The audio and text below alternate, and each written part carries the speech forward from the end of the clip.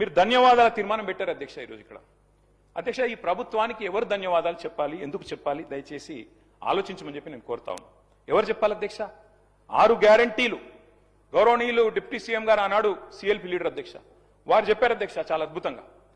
ఈ గ్యారంటీ కార్డులు భద్రపరచుకోండి, 100 రోజులు జాగ్రత్త పెట్టుకోండి, 100 రోజులు బీరువాలు పెట్టుకోండి, 100 రోజుల తర్వాత కాంగ్రెస్ ప్రభుత్వం వచ్చిన తర్వాత బ్రహ్మాండంగా మరి ప్రతి గ్యారంటీ నెరవేర్చే బాధ్యత మాది. ఇది బట్టి విక్రమార్క గారు చెప్పిన మాట అధ్యక్ష, నాది కాదు. నేను అడుగుతా ఉన్నా అధ్యక్ష, ఎవరు చెప్పాలి ఇవాళ 6 గ్యారంటీలు ఎక్కడ పెట్టుకోవాలి, ఎక్కడ దాచిపెట్టాలి, ఇంకా 100 రోజుల తర్వాత కూడా ఇంకేం చేయాలి, దయచేసి ఆలోచించాలి అధ్యక్ష. అధ్యక్ష, ఇవాళ ఈ ప్రభుత్వానికి ఎవరు ధన్యవాదాలు చెప్పాలి? 4000 పెన్షన్ కోసం ఎదురు చూసి విసిగి వేశారిన 46 లక్షల మంది ధన్యవాదాలు చెప్పాలా? లేదా 6000 పెన్షన్ కోసం అలసిపోయిన 100 రోజుల్లో ఇస్తామని చెప్పి అలసిపోయిన 5 లక్షల మంది దివ్యాంగులు ధన్యవాదాలు చెప్పాలా?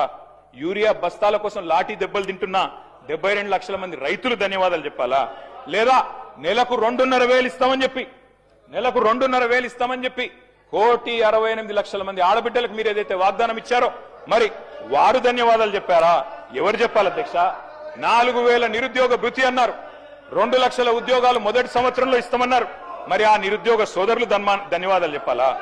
డిఏలు రాక, పిఆర్సీ లేక, బెనిఫిట్స్ అందక నరక యాతన పడుతున్న 10 లక్షల మంది ఉద్యోగులు, పెన్షన్దారులు, అవుట్ సోర్సింగ్ వర్కర్లు, వారు ధన్యవాదాలు చెప్పాలా? విషాహారంతో చస్తూ పురుగుల అన్నం తింటున్న లక్షలాది మంది విద్యార్థులు